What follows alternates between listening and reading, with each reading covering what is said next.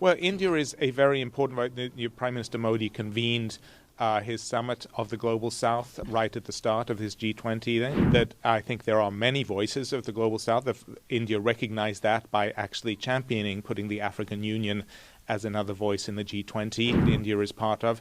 India is clearly one of the most important voices and champions of the Global South. We now see India's ability to be a global leader.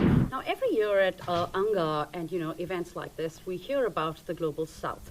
It's a very generic thing that we all talk about, but then how much of it is really happening on ground? And especially in the G20 this year, you saw a lot of progress when the African Union was actually introduced in the G20. Your comments on that? Yes, well, our focus, and we did work very closely with the government of India in a couple of areas where they were preparing for the G20, because it was a very wide-ranging and ambitious G20 agenda. And the final declaration does have commitments in areas like health and particularly digital public infrastructure.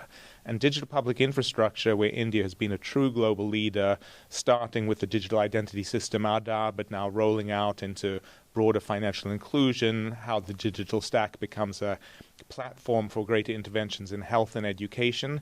There's a strong commitment in the G20 around that to help roll that out to the Global South. And we think that's a very concrete example of where you are able to have solidarity across the country, because those tools and interventions that India has pioneered are ones that are highly applicable in many other countries. So, for example, we also, on that digital identity, we are a partner with the government of India and others in an institution called MOSIP, which is based in India, but which now works with nearly 20 countries on how you put in place a similar digital identity platform. Countries like Morocco or the Philippines or Ethiopia have started to take that up. So we think that's one area. The health interventions I've just talked about are another.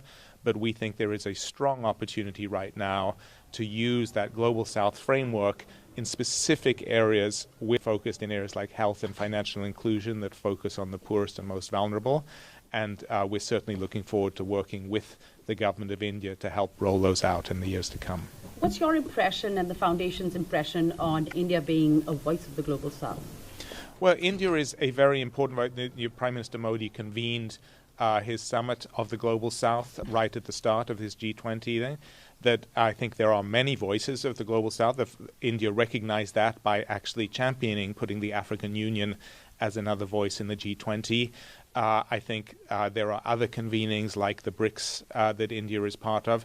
India is clearly one of the most important voices and champions of the Global South, and that's why it's a country that we, in addition to the strong partnerships we've developed over the 20 years we worked in India to help drive better health and development outcomes in India, we now see India's ability to be a global leader in helping roll out and share some of its lessons and best practices in health, in digital financial inclusion, in agriculture, and that's something we're excited to be working on and building on in the years to come.